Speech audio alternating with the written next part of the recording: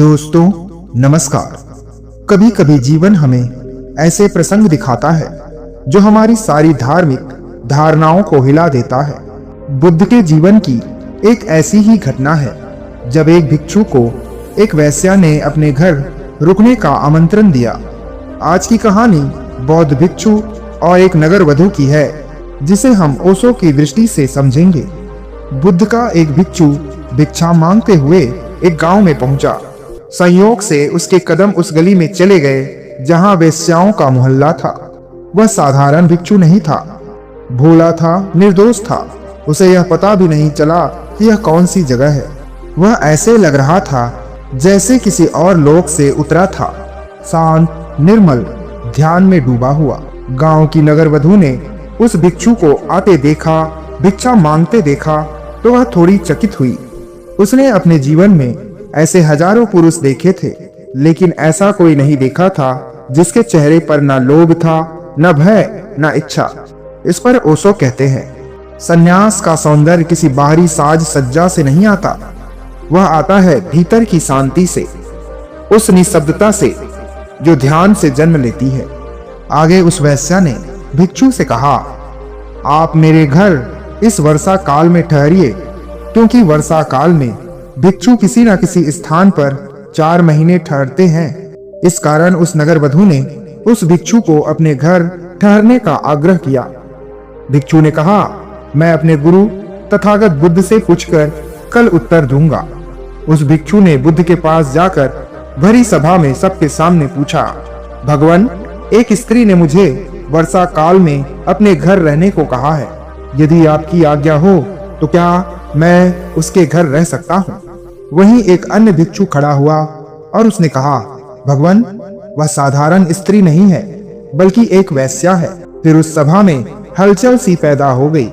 भिक्षु चकित थे, यह कैसा निमंत्रण, यह तो धर्म के विरुद्ध है। पर बुद्ध शांत थे।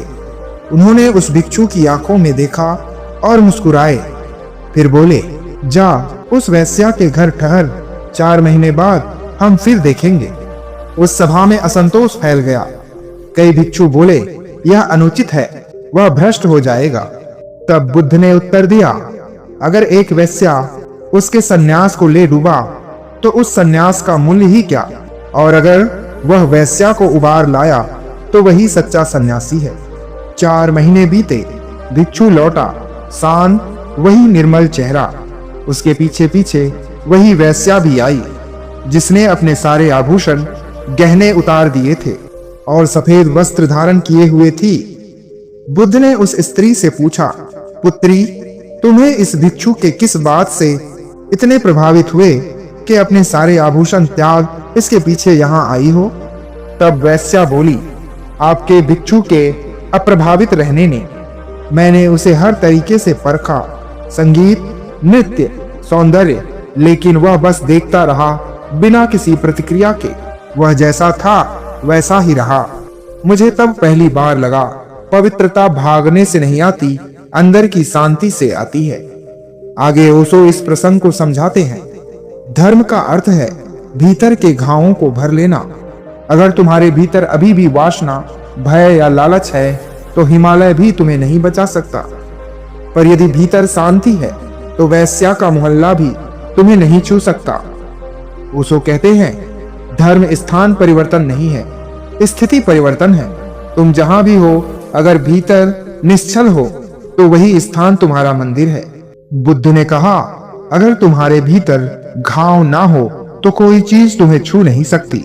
यही ओशो की दृष्टि में सच्चा धर्म है, भागने का नहीं, समझने का, संन्यास का नहीं, साक्षी भाव का। वह भिक्षु केवल एक व्यक्ति नहीं था, वह प्रतीक था उस चेतना का जो इस संसार में रहकर भी संसार से परे है। धन्यवाद। नमो बुद्धाय।